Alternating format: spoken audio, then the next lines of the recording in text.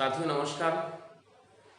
आज की इस क्लास में हम एक छोटे से बिंदु को लेकर के चर्चा करते हैं जहां कहीं हमसे बहुत सी गलतियां भी हो जाती हैं। उच्चारण के से संबंधित हम कर रहे हैं। आज हम वर्तनीगत अशुद्धि की बात नहीं कर रहे हैं कि उच्चारण दोष हमारा किस ढंग से है।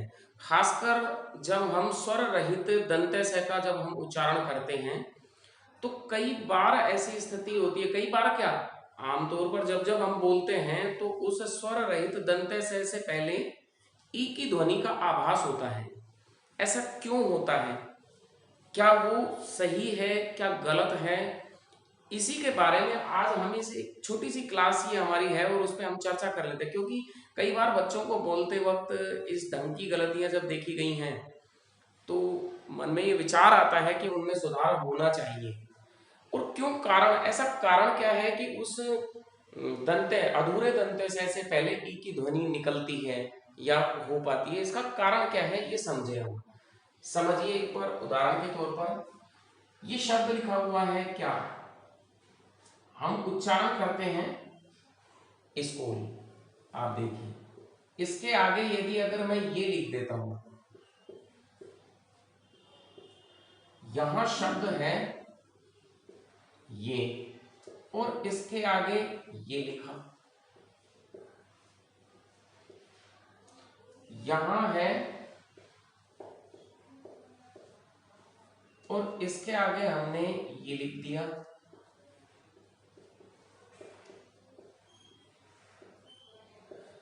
ध्यान रखिए ये जो आगे लिखे हैं ये सब मैंने गलत लिखे हैं, लेकिन सिर्फ मैं आपका ध्यान किस ओर ले जाना चाहता हूं। देखिए यहां क्या लिखा हुआ है, स्कूल। आमतौर पर जो हमारा उच्चारण होता है, बेटे कौन सी स्कूल में पढ़ते हो, उच्चारण हमारा यही होता है। वहां स्टूल रखा है, पकड़ाना, लेके आइए, स्टूल बोलते हैं।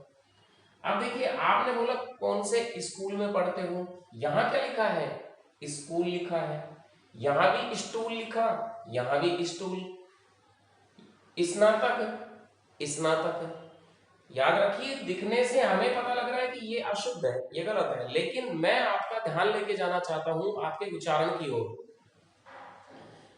अब यहां इसका उच्चारण क्या होना चाहिए ये बात हमें समझनी है। और ऐसा क्यों होता है कि इन शब्दों में, अब यहां पे शब्द ये आ जाता है, जैसे ये है आपका,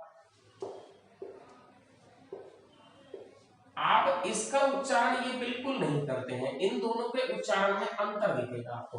देखिए यहां आप उच्चारण करते हैं स्लेट, लेकिन यहां लिखा हुआ पड़ेगा आप स्लेट। ऐसा क्यों हो रहा है कि एक जगह पे आपकी ई का आभास होता है फिर नहीं होता, हालांकि ई कहीं नहीं आती है, वो सिर्फ हमारा आभास होता है। इस बात को आप ऐसे समझेंगे इस उदाहरण से। उदाहरण क्या है, ये बिल्कुल तथ्यात्मक बात है और आपको इसी के आधार पर हमें भेद करना आना चाहिए। कुछ एक छोटे छोटे बिंदु हैं जो हम इस तरह की क्लास में हम उनको समझ लिया करेंगे, जो सदा से हमारे भीतर एक फोड़े के रूप में रहे हैं। असमंजस की स्थिति होती है, कोई हमारे पास तर्क नहीं होता कि ऐसा क्यों होता है। तो बच्चों से कहीं क्लास में आमने सामने जब थे तो बच्चों ने इस ढंग का प्रश्न किया और उन्हीं प्रश्नों को खोजने में और उसका उत्तर देने में बड़ा आनंद सा आया कि बच्चों के साथ क्या दिक्कत होती है। एक छोटी सी क्लास हमारी इसी को लेकर के हो गई है। आप याद रखिए ये है अधूरा सा, चाहे हम इसको हलंत सहित लिख दें, यदि अगर मैं इसको हलंत लगा के लिख देता हूं तो भी एक ही बात है, पर लेकिन आप इसको इसी ढंग से समझ लीजिए ताकि आपको आसानी रहेगी कि वो दिखाई पड़े स्पष्ट।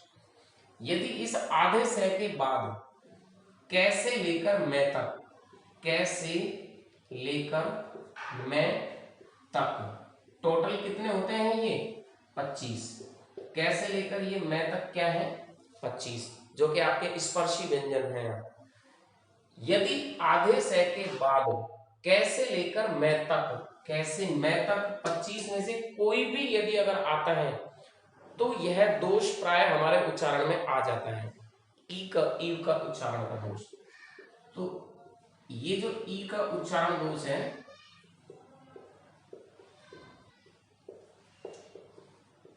इसी कंडीशन में आता है। ध्यान रखिए जब भी दंत्य स के बाद यदि अगर कैसे लेकर मैं तक अर्थात स्पर्शी व्यंजन कोई भी आ जाता है तो ई के उच्चारण का दोष उत्पन्न होता है।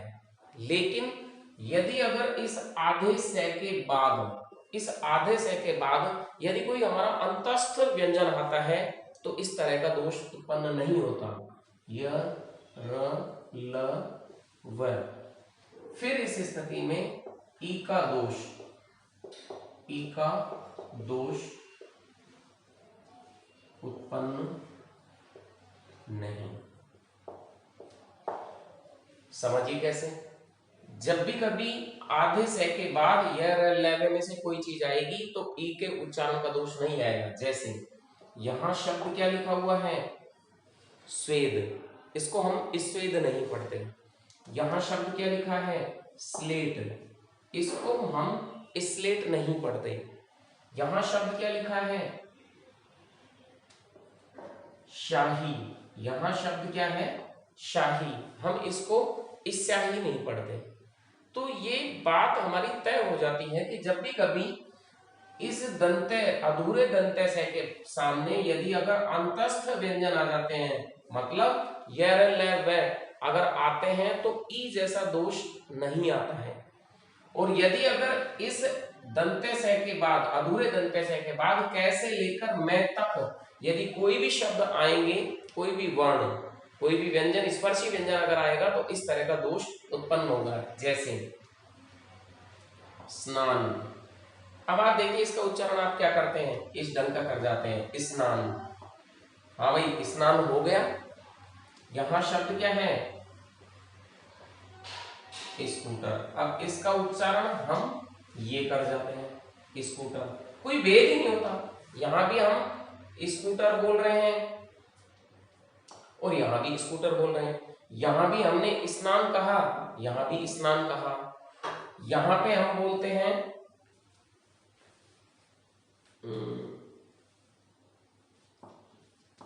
स्टेशन, यहां शब्द बोला हमने स्टेशन और यहां भी हमने क्या किया, स्टेशन, यहां भी क्या कर दिया, स्टेशन। कोई अंतर नहीं आ पाता है। तो ये बात सिर्फ इतनी समझ लें कि बस इसी वजह से होता है। अब बात ये आती है, क्या हम ऐसा उच्चारण करते हैं तो लिखने में तो वर्तनीगत दृष्टि से तो अशुद्ध है, पर लेकिन बात आती है हमारे उच्चारण की।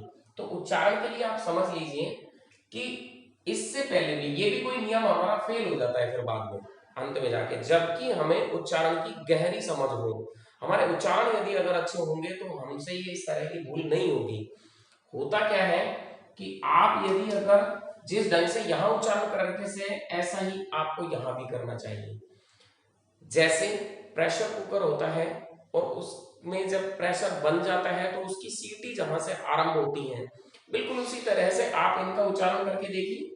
आपको यहाँ आप इसका अब तक उच्चारण कर रहे थे स्नान, स्कूल, तो बजाय स्कूल के वो प्रेशर कुकर की सीटी कहां से शुरू हो रही है, स्कूल, स्कूल, स्नातक, स्टेशन, स्टूल।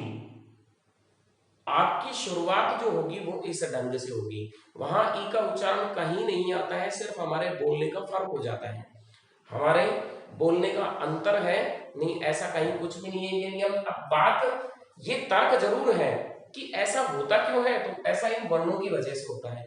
सामने ही आता है, यहाँ पे आपका बिल्कुल सीधा उच्चारण होता है, स्वेद, स्लेट, शाही। इस तरह का दोष यहाँ इसमें नहीं उत्पन्न होता, इनमें होता है, जिसको हम सुधार किस ढंग से सकते हैं, हमारे उच्चारण को ठीक करके। और ये मान के चलिए कि हमारे साथ जो अशुद्धियों का खेल होता है वो हमारे उच्चारण से काफी हद तक जुड़ा हुआ होता है। यदि अगर हमारे उच्चारण सही होंगे तो निश्चित रूप से हम लिखेंगे भी सही। यदि उच्चारण ही यदि हमारा गलत है तो हम लिख भी गलत देंगे। और बहुत सा विरोधाभास हमारे साथ इस मतलब एक ऐसी असंगति दिखाई पड़ती है कि लेखन में हम कुछ और लिख देते हैं, उच्चारण हमारा कुछ और होता है। तो कृपया ध्यान दें, आप इस ढंग की चीजें आप कभी भी बोलते वक्त अपनी शैली में निखार लाने के लिए आपके उच्चारण जो होने चाहिए वो बेहतरीन होने चाहिए और इस तरह की उसमें दोष उत्पन्न नहीं होने चाहिए। चलिए, आज की क्लास में एक छोटा सा बिंदु हमने यही रखा और इस तरह की कभी कभार हमारी क्लासें बीच बीच में होती रहेंगी। मिलते हैं किसी एक नए किसी इसी तरह के संशोधन को लेकर के। तब तक के लिए नमस्कार।